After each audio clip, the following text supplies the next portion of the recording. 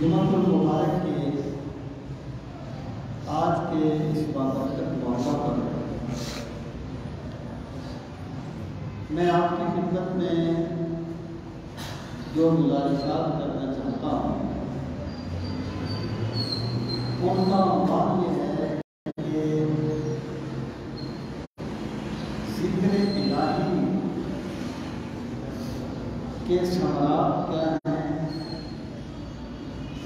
اور ذکر الہی کا منہج یا اس کے محرکات ہیں۔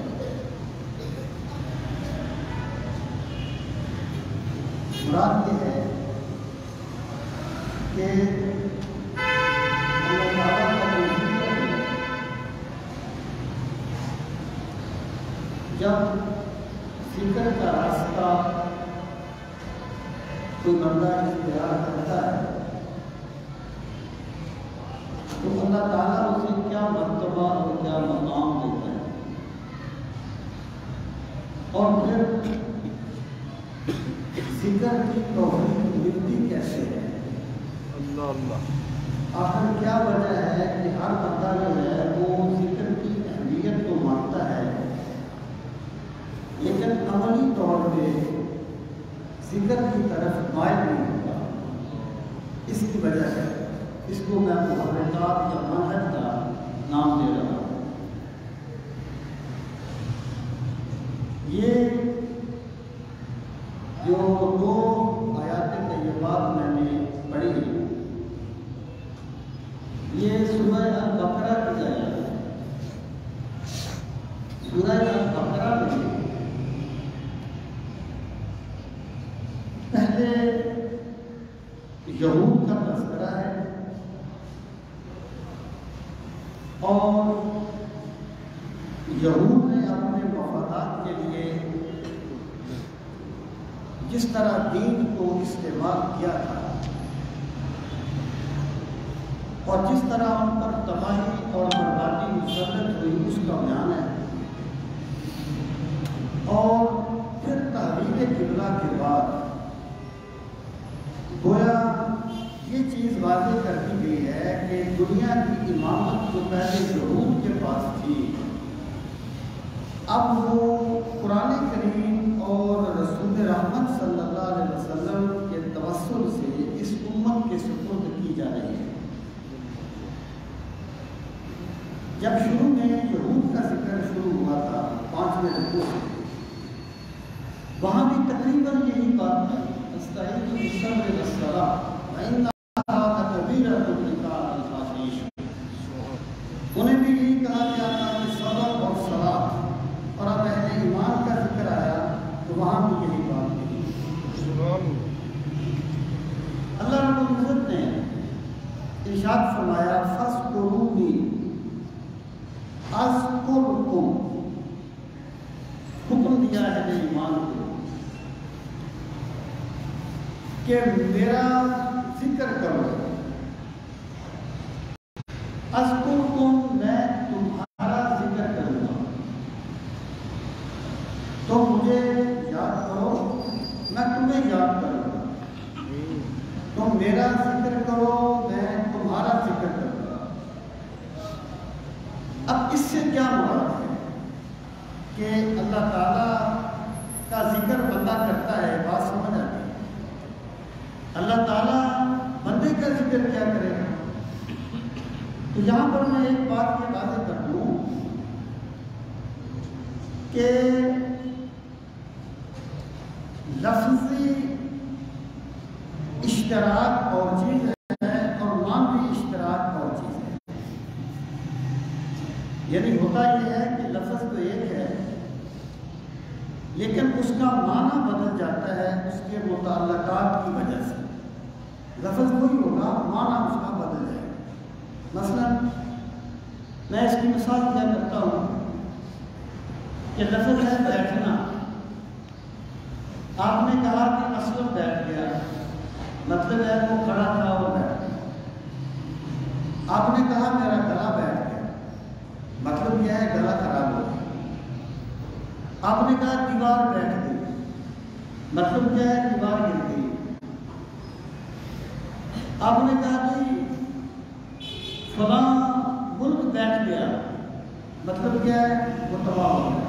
لفظ بیٹھنا ہے، معنی بدلنا ہے۔ اس لیے جو لوگ ایسا انداز اختیار کرتے ہیں نا کہ ان اللہ و ملائکتہ یصلون علی النبی یا ایھا الذین آمنوا صلوا علیہ وسلم تسلیما، پھر وہ کہتے ہیں آپ کی درود پڑھتے ہیں، اللہ کی درود پڑھتے ہیں، یہ انداز قرآن و سنت کی تعلیمات کے مطابق نہیں ہے۔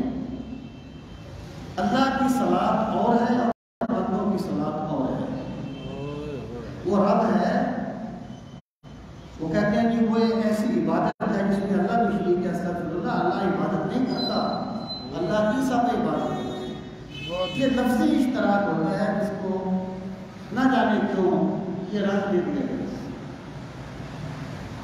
تو یہاں پر فرمایا مجھے یاد کرو میں تمہیں یاد کروں۔ پہلی بات تو یہ ہے کہ جو اللہ کو یاد کرنا ہے، جو اللہ کا ذکر ہے، اس سے کیا مراد ہے؟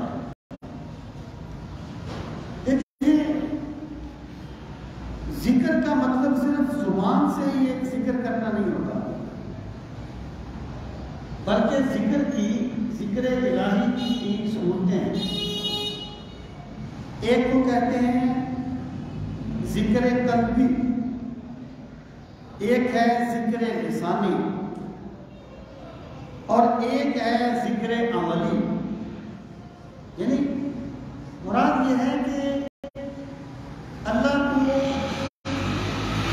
یاد کرنے سے یا اللہ کا ذکر کرنے سے مراد یہ ہے کہ اللہ کی یاد بندے کے دل میں بیٹھ جائے اور پھر اس کا ہر عمل بتائے گا کہ اس کے دل میں مولا پسند ہے، اس کے دل میں اللہ کی یاد ہے۔ تو ذکر جو ہے وہ قلبی بھی ہوتا ہے، وہ لسانی بھی ہوتا ہے، اور وہ عملی بھی ہوتا ہے۔ ذکر لسانی یہ ہے کہ بندہ زبان سے اللہ کا ذکر کرے، وہ کوئی وظیفہ پڑھے، وہ قرآن کریم کی تلاوت کرے، وہ نماز پڑھے، یہ اللہ کا ذکر ہے، اور یہ ذکر لسانی۔ اور دوسرا ہے ذکر قلبی۔ ذکر قلبی یہ ہے کہ ایک بندہ بظاہر کوئی بھی کام کر رہا ہو، لیکن اس کے دل میں اللہ کی یاد بسی ہوئی، اس کا دل جو ہے نا اس میں اللہ بسا ہوا ہو۔ دیکھیں میں اس کی مثال دیا کرتا ہوں کہ ایک بندہ لائبریری کی طرف جاتا ہے، گھر سے نکل کے لائبریری کی طرف جاتا ہے، یا آپ مسجد میں آئے ہیں نماز پڑھنے کے لیے، اب راستے میں آپ کے دل میں جو بھی خیال آئے آتا رہے، لیکن قدم آپ کا مسجد کی طرف ہی اٹھے گا۔ تو ذکر قلبی یہ ہوتا ہے کہ بظاہر بندہ کوئی بھی کام کر رہا ہو، لیکن اس کے دل میں مولا کی یاد ہوتی ہے، وہ اپنے رب کی یاد سے غافل نہیں ہوتا۔ اس لیے فرمایا رجال لا تلہیہم تجارت ولا بیع عن ذکر اللہ، کہ میرے جو بندے ہیں وہ ایسے مرد ہیں، انہیں تجارت یا خرید و فروخت اللہ کے ذکر سے غافل نہیں کرتی۔ اب دیکھیں نا، بندہ ایک وقت میں دو کام تو نہیں کر سکتا، بندہ تو ایک چیز ہی سوچے گا، دوسری تو نہیں سوچ سکتا۔ اگر ایک بندہ یعنی بیٹھا ہوا ہے اور وہ کوئی چیز اس کی توجہ اور طرف آ جائے گی، وہ سن نہیں سکے گا۔ ایک وقت میں بندہ ایک کام کر سکتا ہے۔ تو یہاں جو فرمایا کہ وہ تجارت بھی کرتے ہیں اور یاد الہی میں بھی مگن رہتے ہیں۔ مطلب کیا ہے کہ میرے بندے وہ ہیں کہ میری یاد ان کے دل میں اس طرح بیٹھ جاتی ہے کہ بظاہر وہ کوئی بھی کام کریں، لیکن ان کا دل میری یاد سے منور رہتا ہے۔ سبحان اللہ۔ اس کو ذکر قلبی کہا جاتا ہے۔ سبحان اللہ۔ ذکر قلبی۔ اور وہ جو ایک کسی مقرب الہی کا ایک بات ہے کہ کوئی بندہ ان کے پاس گیا، اس نے سنا کہ بڑا نیک آدمی ہے، اس نے کہا چلو جا کے ان کی زیارت کرتے ہیں۔ جب وہ وہاں پہنچا تو اس نے دیکھا کہ بڑا ترفر ہے، بڑی مال و دولت ہے ان کے پاس، بڑے خاتون، بڑے غلام، بڑے مال مویشی، بڑے گھوڑے، اونٹ، بکریاں۔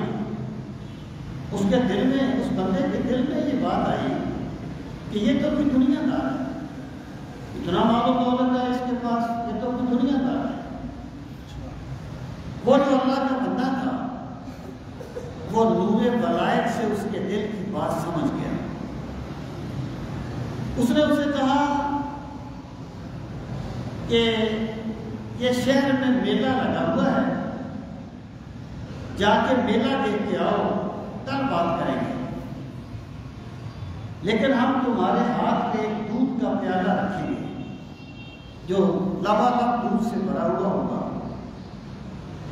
اور اگر ایک قطرہ بھی نیچے گر گیا تو ساتھ جلاد بھی ہوگا جو تمہارا ساتھ اڑا دے گا.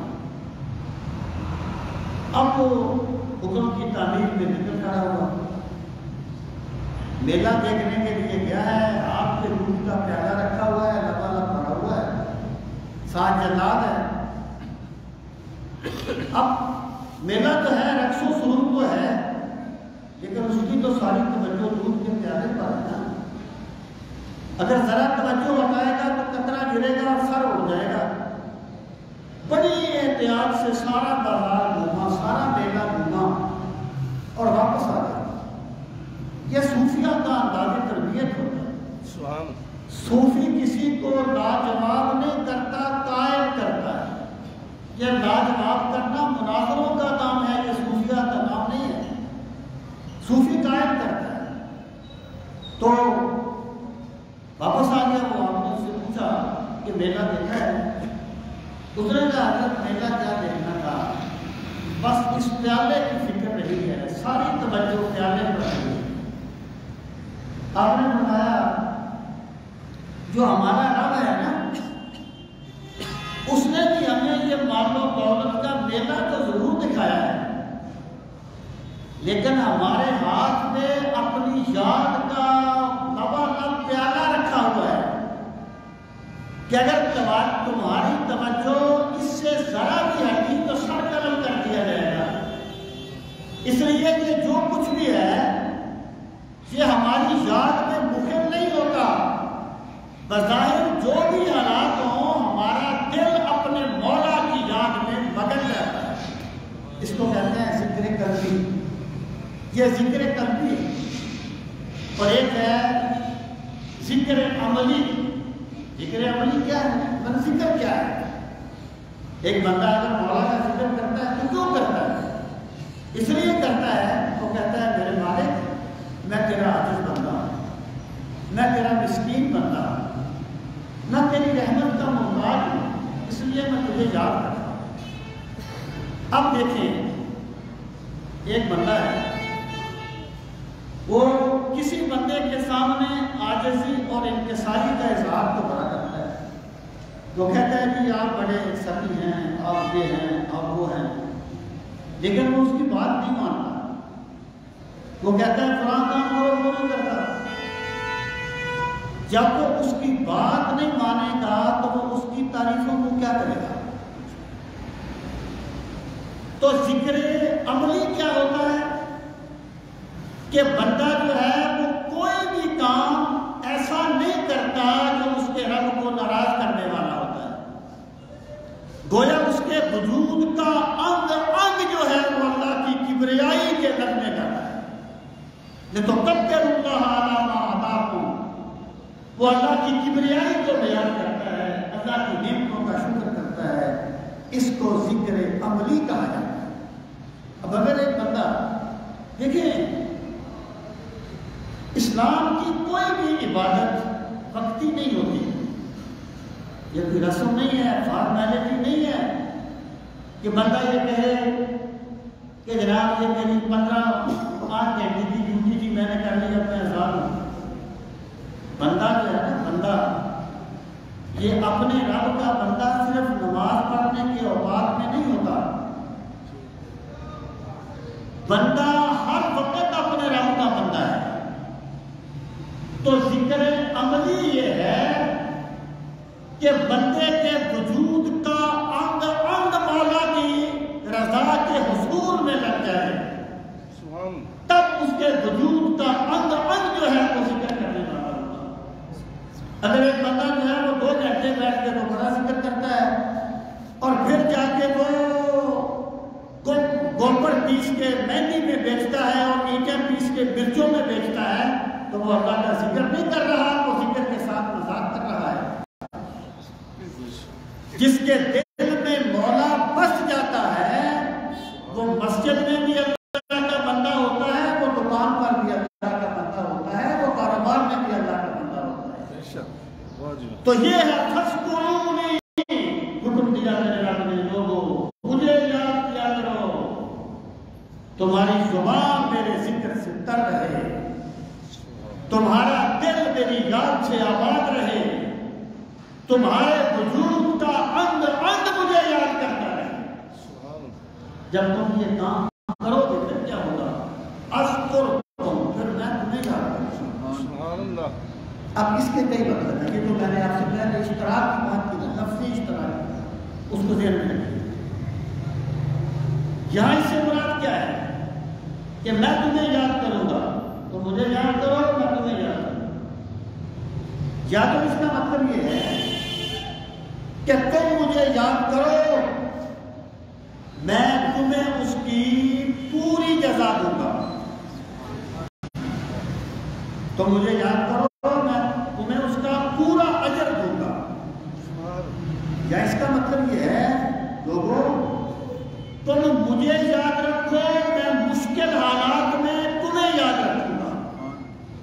فرمایا رسول کریم صلی اللہ علیہ وسلم نے ایک صحابی سے فرمایا کہ جو اللہ تعالیٰ کو آسانی کے حالات میں یاد کرتا ہے، اللہ تعالیٰ اسے اس کی مشکل کے وقت میں یاد کرتا ہے۔ تو مجھے یاد کرو، میں تمہیں یاد کروں گا۔ یا اس کا یہ مطلب ہے، یعنی میں مشکلات میں تمہاری مدد کروں گا، میں تمہارے مشکل حالات کو سدھار دوں گا، میں تمہاری مشکلات کو حل کر دوں گا۔ یہ بھی گویا اللہ کا ذکر ہے۔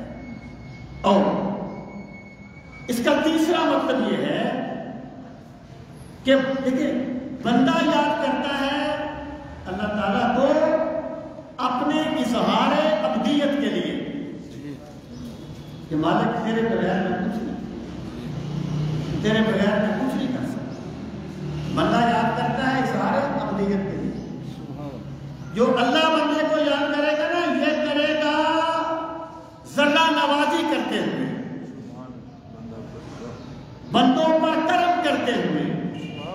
امام غزالی نے کمال کو کہا ہے، امام غزالی کے یاؤ کیا اس میں نفسیات انسانی کو مخاطب کیا گیا ہے؟ اس میں وہ فرماتے ہیں کہ حضرت بشر حافی نے ایک مرتبہ کہا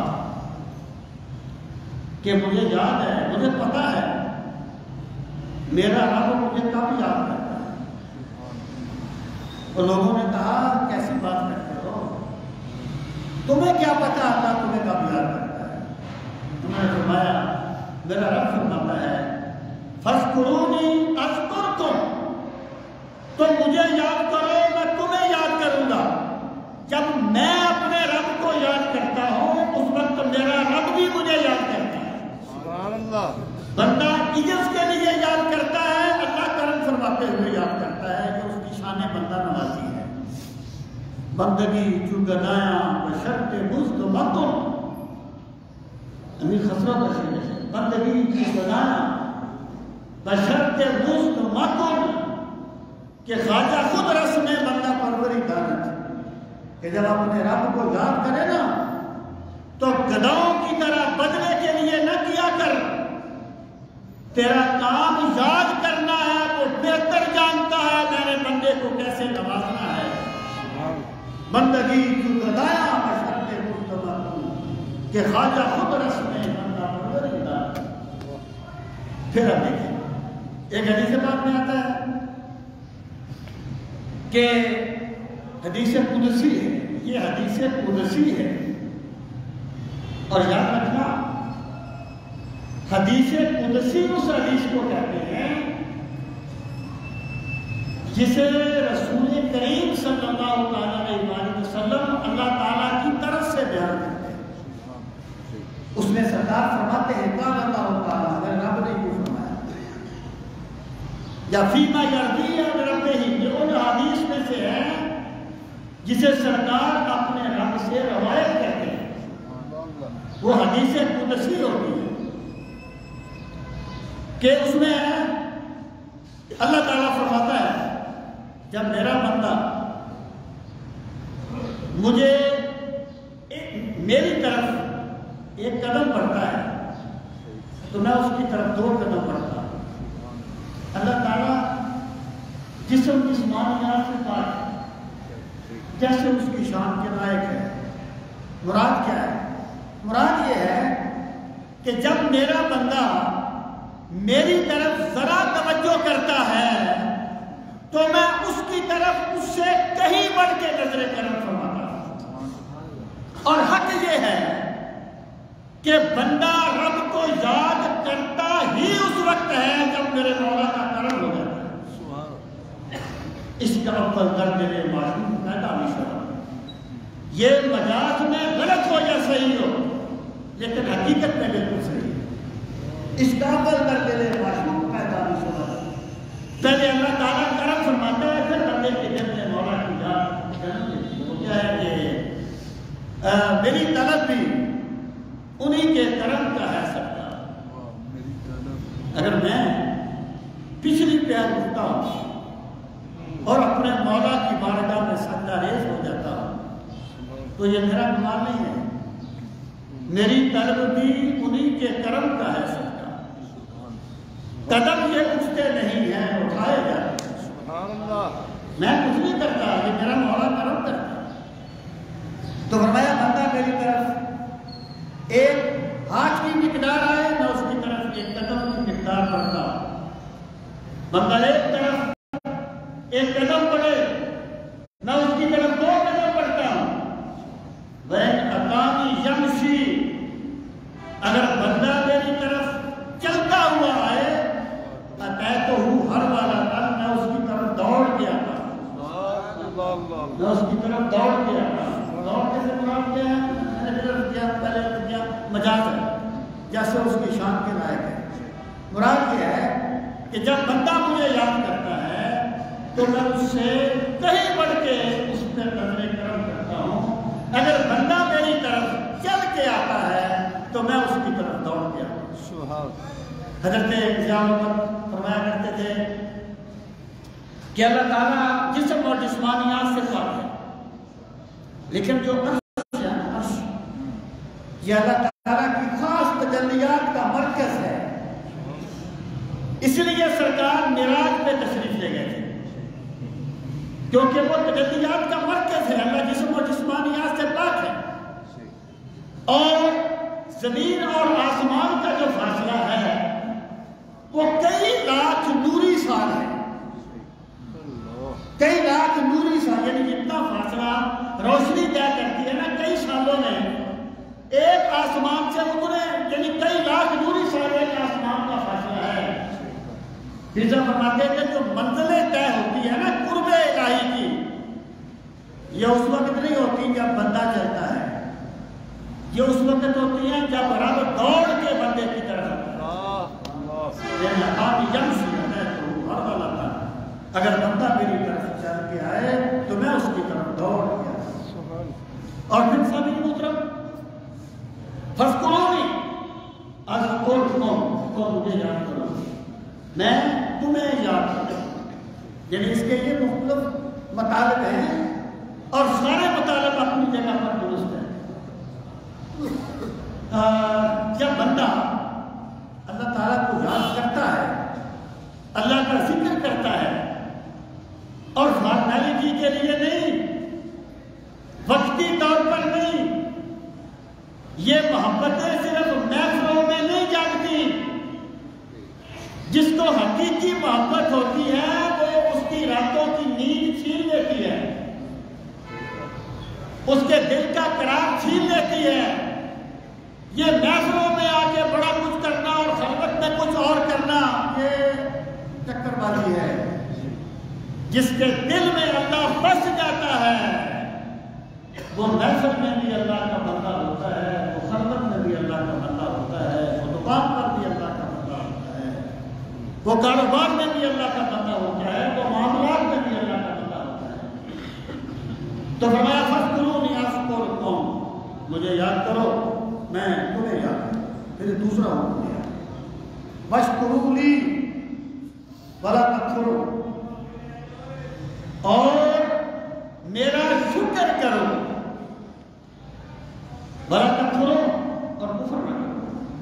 دیکھیں یہ جو کفر کا لفظ ہے نا، اگر یہ ایمان کے مقابلے میں آئے تو اصطلاحی کفر کے معنی میں ہوتا ہے.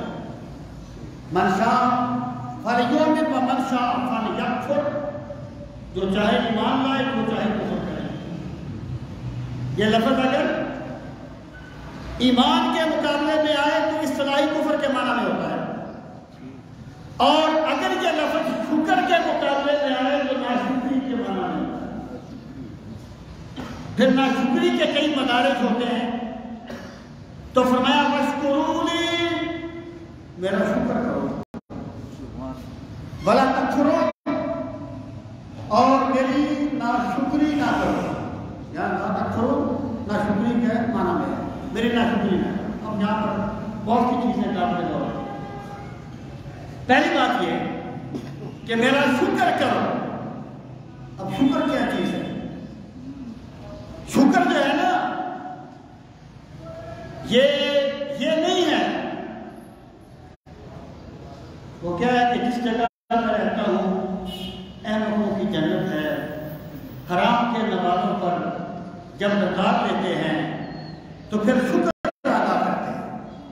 شکر یہ نہیں ہے کہ بندہ حرام کی روزی کھائے اور کھا کے کہے کہ مالک تیرا شکر ہے. ٹھیک ہے، کسی درجے میں جا کے اس کا بھی کوئی مقام ہوگا، کیونکہ میرے رب کو کسی بھی طرح یاد کیا جائے بے فائدہ نہیں ہوتا. لیکن اس کا یہ تقاضا نہیں ہے، یہ اس کی قدر نہیں ہے. جس طرح میں نے عرض کیا نا ذکر کے 3 صورتیں، اس طرح شکر کی بھی 3 صورتیں. کبھی شکر لسانی ہوتا ہے، کبھی شکر عملی ہوتا ہے، اور کبھی شکر قلبی ہوتا ہے. اس کی بھی 3 صورتیں.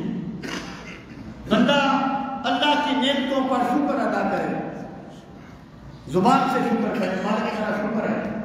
یاد رکھنا یہ ذکر یا شکر ان کا تعلق کسی تعداد کے ساتھ نہیں ہوتا. یہ کیفیت ہے جس کو قرآن نے ذکر کثیر کہا ہے نا، یا ایھا الذین آمنوا اذکروا اللہ ذکرا کثیرا. اس کا تعلق تعداد کے ساتھ نہیں کہ بندہ یہ کہے میں نے 1,00,000 مرتبہ ذکر لیا ہے، میں نے ذکر کثیر کر. نہیں، اس کا تعلق کیفیت کے ساتھ ہے. مراد کیا ہے کہ بندے کی زندگی اس طرح گزرے کہ اس کا کوئی لمحہ مولا کی یاد سے خالی نہ ہو. اسے ذکر کثیر کہا ہے. اس کی کوئی بھی حیثیت ہے. اسی طرح شکر ہے. شکر لسانی بھی ہے، اپنے زبان سے کرتے ہیں، اچھی بات ہے. اللہ کا شکر ادا کیا، زبان سے کیا. آپ کو ممتاز مفتی کی وہ نظر میں نے پہلے بھی آپ کو سنائی تھی. وہ کہتے ہیں کہ اس کا پس منظر یہ ہے کہ ایک بندے پر کوئی امتحان آ گیا نا، اس نے پھر ٹھنڈی آہ بھری اور پھر کہا اچھا مالک تیرا شکر ہے. اس پس منظر میں وہ کہتے ہیں کہ جب کھینچ کے آئے سر، ٹھنڈی آہ جب کھینچ کے آئے سر کہتا ہے کوئی بندہ، یعنی پہلے اس نے ٹھنڈی آہ پھینچی ہے، بڑے افسوس پہ دلالت کرتے ہیں. جب کھینچ کے آئے سر کہتا ہے کوئی بندہ، جس حال میں بھی رکھے سب شکر ہے مولا. تو کہتے ہیں میں سوچنے لگتا ہوں یہ شکر کیا اس نے یا تانا دیا اس نے رضا کے دوارا. جب کھینچ کے آئے سر کہتا ہے کوئی بندہ، جس حال میں بھی رکھے سب شکر ہے مولا کا. میں سوچنے لگتا ہوں یہ شکر کیا اس نے کیا تانا دیا اس نے رضا کے دوارا. تو یہ بڑے نچلے درجے کا شکر ہے. شکر کیا ہے؟ جب حضرت قطب الدین بختیار کاکی کو حضرت خواجہ غریب نواز نے الوداع کیا، آخری ملاقات تھی، اس میں ایک بات یہ فرمائی تھی کہ جب تم پر کوئی مصیبت آئے تو نعمت کی طرح اس کا بھی شکر ادا کرنا۔ اس کا تعلق محبت کے ساتھ ہوتا ہے کہ فار نیگیٹیو نہیں ہوتی۔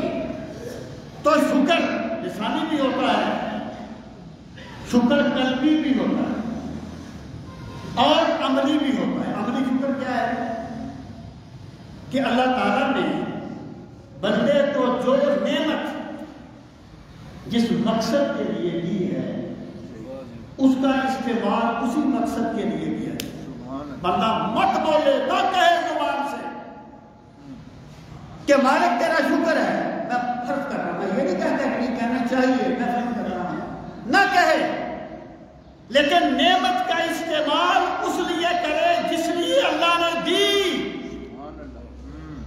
تو اس کا وجود کا انگ انگ اللہ کا شکر کرنے والا وہ شاکر قلب شاکر کہلائے۔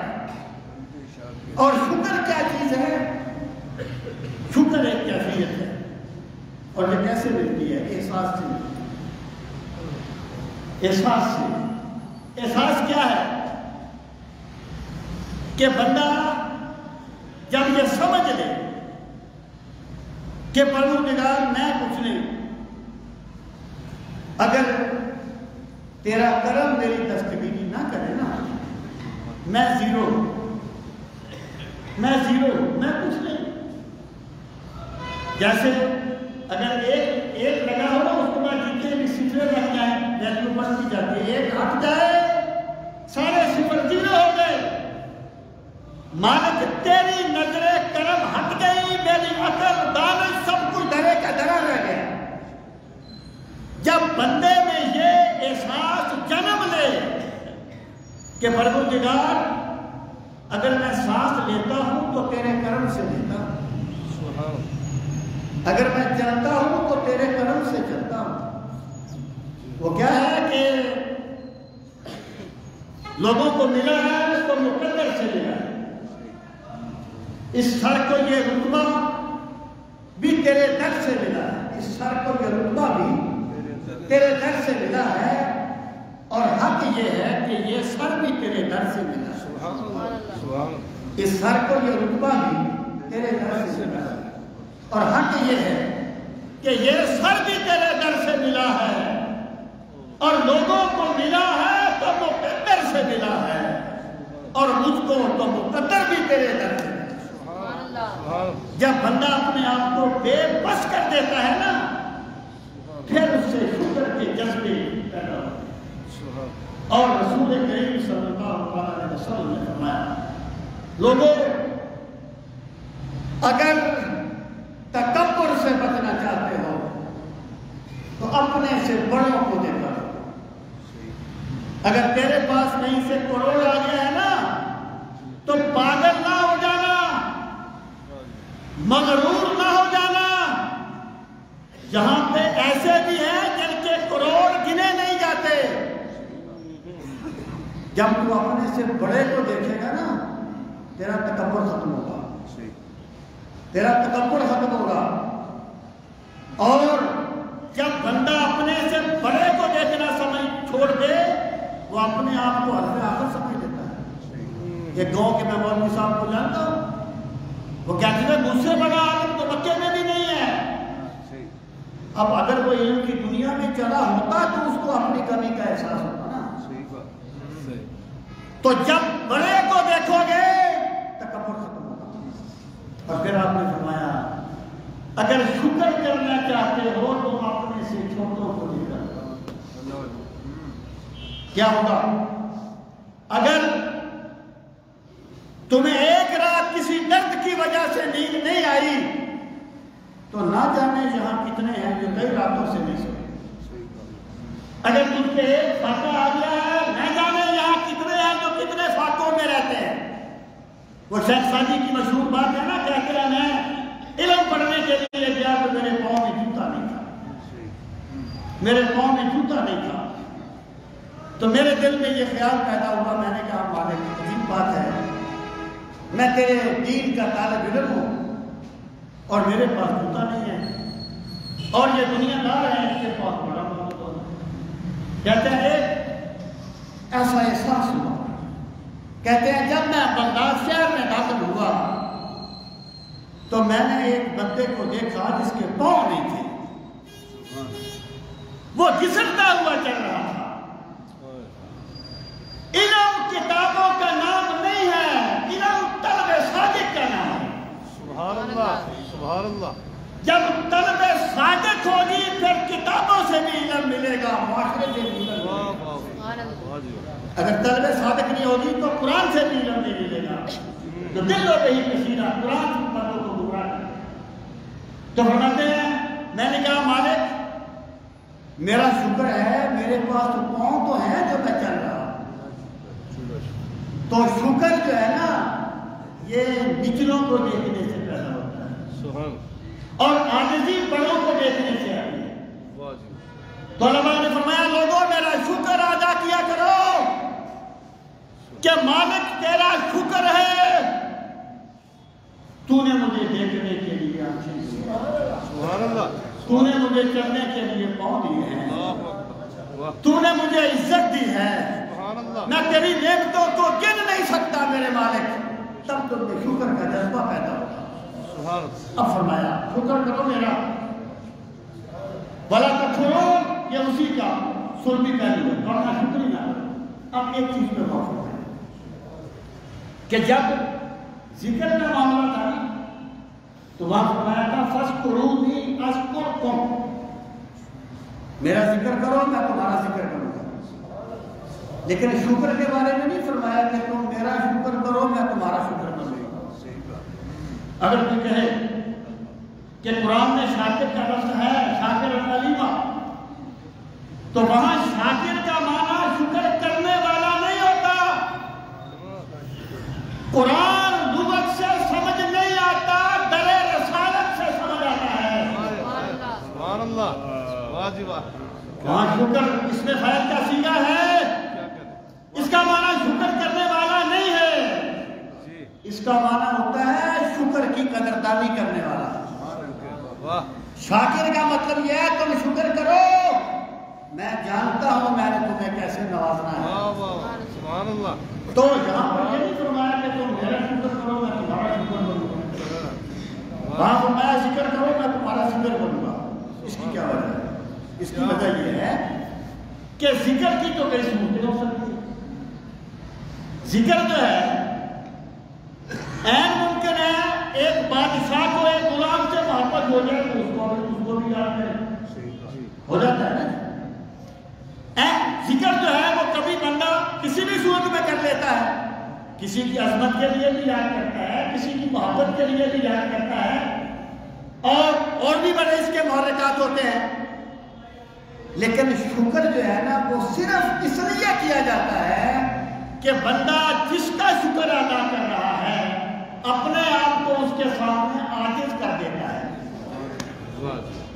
اس لیے اللہ اپنے بندے کو یاد تو کرتا ہے لیکن شکر کرنا اللہ کی شان نہیں ہے، کیونکہ شکر عاجزی ہے اور عاجزی بندے کی شان ہے، اور میرے رب کی شان یہ ہے کہ اس کے سامنے عاجزی کی جائے، وہ کسی کے آگے عاجزی نہیں کرتا۔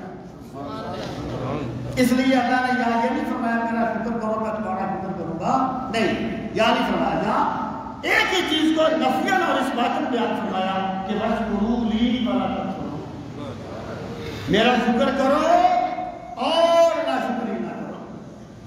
اب سامعین محترم میں یہ بات عرض کروں کہ اللہ تعالیٰ کے جتنے بھی احکامات ہیں، اللہ تعالیٰ کے جتنے بھی احکامات ہیں اس میں اللہ تعالیٰ کا فائدہ نہیں ہے، اللہ بے نیاز ہے بندوں کے ذکر شکر عبادت سے، ان کا فائدہ دراصل بندوں کی طرف ہی لوٹتا ہے، بندوں کی طرف ہی لوٹتا ہے۔ اب شکر کے بارے میں فرمایا لَئِن شَكَرْتُمْ لَأَزِيدَنَّكُمْ لوگوں تمہیں جو میں نے نعمتیں دی ہیں، اور نعمت صرف مال و دولت کا نام نہیں ہوتا، فَبِأَيِّ آلَاءِ رَبِّكُمَا سبحان اللہ سبحان اللہ کون کون سی نعمت کو سنوا کون کون سی نعمت میں تو درس میں کہہ رہا جب ایک بندہ سائیکل چلاتا ہے نا، سائیکل اس کا پورا وجود اس میں مصروف ہوتا ہے، تب وہ سائیکل چلاتا ہے، آنکھیں دیکھتی ہیں، ہاتھ پکڑتے ہیں، پاؤں اپنا کام کرتا ہے، دماغ اپنا کام کرتا ہے، دل اپنا کام کرتا ہے، جیسے گاڑی سارے پرزے کام کرتے ہیں تو گاڑی چلتی ہے، تو بندہ جو ہے نا کوئی بھی کام کرتا ہے تو میرا رب کی ہر نعمت اس میں شریک ہوتی ہے، تب جا کے وہ کام کرتا ہے۔ تو یہ جو شکر ہے اس کا فائدہ کیا بتایا اللہ تعالیٰ نے؟ لَئِن شَكَرْتُمْ لَأَزِيدَنَّكُمْ، اگر تم شکر کرو گے نا تو میں اس نعمت کو زیادہ کر دوں گا۔ سبحان اللہ سبحان تو اللہ مال کا شکر کرو گے اور مال بڑھے گا، رزق کا شکر کرو گے رزق بڑھے گا، اپنی عزت اللہ کے شکرانے میں قربان کرو گے، اللہ تمہاری عزتوں میں اضافہ کر دے گا۔ میرا خدا کسی بندے سے ادھار بھی نہیں رکھتا، وہ ہر چیز کو اپنی شان کے مطابق لوٹا دیتا ہے۔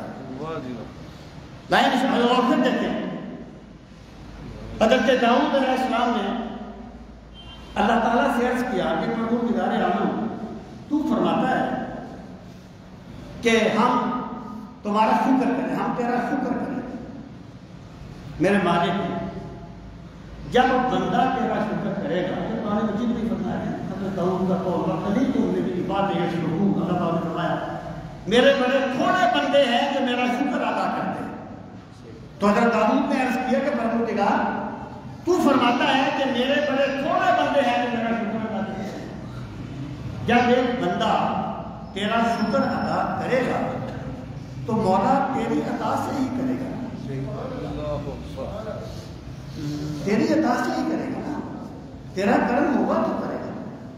تو پھر بندے نے کیا کیا؟ تو اللہ تعالیٰ نے فرمایا جب بندے نے یہ سمجھ لیا کہ اگر میں نے شکر نہیں ادا کیا تو مولا کی توفیق سے کیا، بس یہی میرا شکر ہے، یہی میرا شکر کہلائے گا۔ تو اللہ تعالیٰ نے دو حکم دیے، فَاشْكُرُونِي پہلا حکم، وَاشْكُرُونِي دوسرا حکم۔ اب سوال یہ ہے کہ یہ کیسے یہ چیزیں ذکر اور شکر کیسے ملیں گی؟ دیکھیں اسلام کسی مخصوص وقت میں کچھ کام کر دینے کا نام نہیں ہے، وہ چیزیں اسلام کے کچھ مظاہر ضرور ہیں لیکن اوور آل اسلام ان میں محدود نہیں ہے۔ اسلام ایک سوچ ہے، سوچ ایک فکر ہے، فکر جب ایک فکر بندے پہ سوار ہو جاتی ہے تو اس کا کوئی بھی کام اس فکر کے دائرے سے باہر نہیں جاتا۔ میں اس کی مثال دیتا ہوں کہ ایک سیاستدان ہے، اس کی فکر ہے سیاست، وہ کبھی بھی اپنی سیاست کو نہیں چھوڑے گا، وہ جنازے میں جائے گا سیاست کی بھولے گا، شادی میں آئے گا سیاست کی بھولے گا، کبھی نہیں بھولے گا۔ اسلام کیا ہے؟ اسلام نام ہے اللہ کے سامنے جھک جانے کا، سر تسلیم خم کر دینے کا، اللہ کے سامنے اپنے آپ کو بے بس کر دینے کا نام ہے اسلام۔ اب جب ایک بندہ اپنے آپ کو اللہ کے سامنے بے بس کر دے گا نا، پھر اس کی زبان بھی بتائے گی اللہ کو ماننے والا ہے، اس کے کام بھی بتائیں گے اللہ کو ماننے والا ہے، اس کی زندگی کا قدم قدم بتائے گا کہ اس کے دل میں مولا کی کبریائی کی مہر لگی ہوئی ہے۔ تو یہ جو ذکر اور شکر ہیں، اب ان پہ دوام کیسے ہوگا، کیسے ملے گی یہ نعمت؟ اب اللہ پاک نے فرمایا یا ایھا الذین آمنوا استعینوا بالصبر والصلاۃ، سبحان یہ اس کے بعد والی آیت ہے۔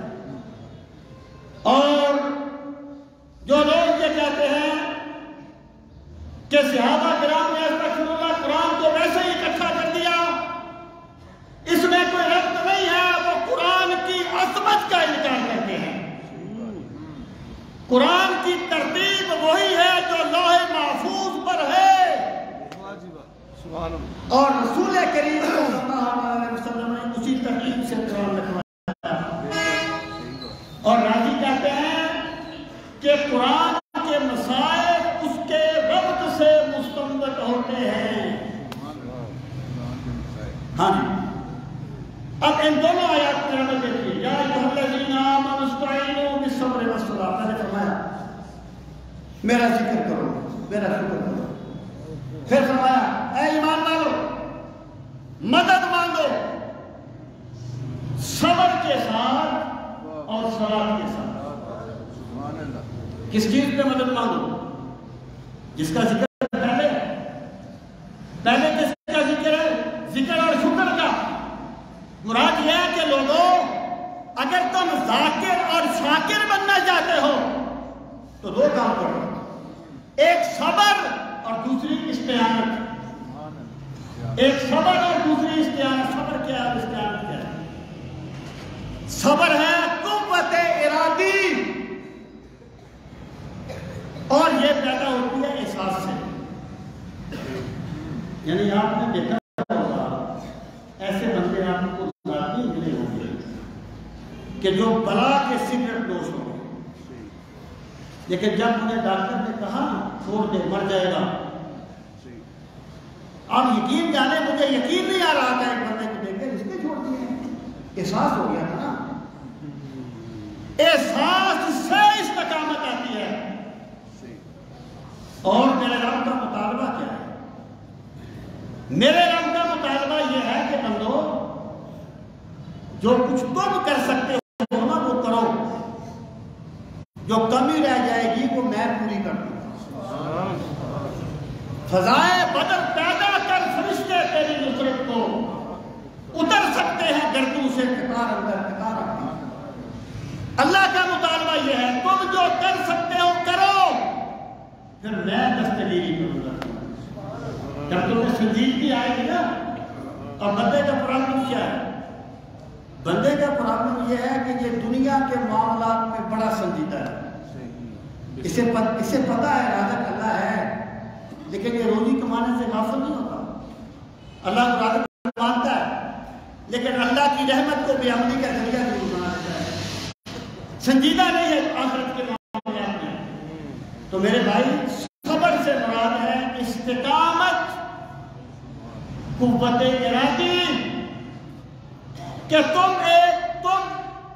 عزم مصمم کرو کہ ہم نے مولا کو یاد کرنا ہے، ہم نے اپنے رب کا ذکر کرنا ہے، اس کا شکر کرنا ہے۔ تم قوت ارادی سے کام لو، جو پہلا کام ہے۔ کچھ سوچو تو صحیح، اگر ایک بندے کو اپنی کمی کا احساس ہی نہ ہو تو کیا اس کی کمی دور ہو سکتی ہے؟ جب بندے کو گناہ کا احساس ہی نہیں ہوگا تو چھوٹے گا کیسے؟ تو پہلی چیز کیا کہی؟ استقامت، قوت ارادی سے کام لو۔ اور پھر کہا الصلاۃ، نماز۔ نماز سے مراد کیا ہے؟ اللہ سے مدد مانگو کہ پروردگار عالم ہم نے کوشش کی، لیکن ہماری کوشش کچھ نہیں کرے گی اگر تیرا کرم شامل حال نہیں ہوتا ہے۔ تیرا کرم شامل حال نہیں ہوگا۔ پہلی کوشش قوت ارادی، اور پھر اللہ کو پانے کے لیے اللہ سے دعا مانگنا۔ بندے کی کمزوری یہ ہے کہ رب سے سب کچھ مانگتا ہے، رب سے رب کو نہیں مانگتا۔ وہ کسی نے کہا تھا کہ سب کچھ مجھے مل گیا جب مجھے اللہ کی رضا مل گئی۔ اس سے نہیں ہے ہاتھ میرے اس کو سب کچھ خدا سے مانگ لیا تجھے مانگنے کے بعد اس نے نہیں ہے ہاتھ میرے اس دعا کے بعد. تو صلاۃ سے مراد ہے اللہ سے مدد مانگنا اللہ کو پانے کے لیے. اور یہ ہزاروں میں سے ایک دو کو ثابت ہوئی. لیکن یہ غور تو ہمیں کرنا چاہیے. پھر اللہ پاک نے فرمایا ان اللہ مع الصابرین، اللہ صبر کرنے والوں کے ساتھ ہے. اللہ اکبر.